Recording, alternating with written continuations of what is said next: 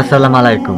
আপনারা এই মুহূর্তে জানেন যে সৌদি আরবে ওই মদিনা শহরে একটি পাথর কিন্তু নিক্ষেপ হয়েছে। ওই পাথরটা কিন্তু বের হয়ে কিন্তু এসেছে। আবারও সেই 1400 বছর আগের সেই পাথর কিন্তু আবার কিন্তু বের হয়ে এসেছে। ওটা কিন্তু সেই বিজ্ঞানীরা কিন্তু খুঁজে পেয়েছে। তখন কিছু বিজ্ঞানী যখন ওই মাটির নিচে যখন ওই মাটি খননের কাজ যখন তারা করছিল, এমন সময় কিন্তু সেই পাথরটিকে কিন্তু তারা খুঁজে পায় এবং সেই পাথরটিকে কিন্তু তারা তুলে নিয়ে আসে। ওই পাথরটির বুকে আসলে কি লেখা ছিল তারাও কিন্তু সেটা পড়ে এবং কি মানুষকে জানিয়ে দেয়। সে পাথরের বুকে লেখা ছিল, সে পাথরের বুকে লেখা ছিল হযরত আনহুকে নিয়ে। হযরত আনহুকে নিয়ে ওই পাথরে একটা লেখা ছিল যে হযরত আনহুর জন্য এ দুনিয়াতেও আল্লাহ তাআলা যেমন কল্যাণ দান করুক এবং আখিরাতের জন্যও কিন্তু তার জন্য কল্যাণ দান করুক।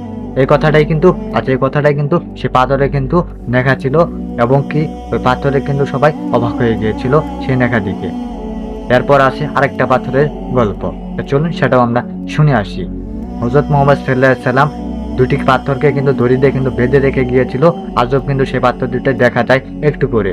একটা পাথর কিন্তু উপরে, আরেকটা পাথর কিন্তু তার উপরে কিন্তু সুন্দর করে রয়ে গেছে। আজকের মধ্যে সেই পাথরটা কিন্তু এখনো নিচে পড়ে নাই। সেই 1400 বছর আগে যে হযরত মুহাম্মদ সাল্লাল্লাহু আলাইহি সাল্লাম যে পাথর দুটিকে বেঁধে গিয়েছিল, সেই পাথর দুটো কিন্তু আজকে বের হয়ে এসেছে। সেটা কিন্তু একটু একটু দেখা যায়। তো এই ছিল আজকের ভিডিও। সে ভালো থাকবেন, আমাদেরকে সাপোর্ট করবেন, আমাদের সঙ্গে থাকবেন। ধন্যবাদ ইসলামিক টিউটোরিয়াল নিয়ে।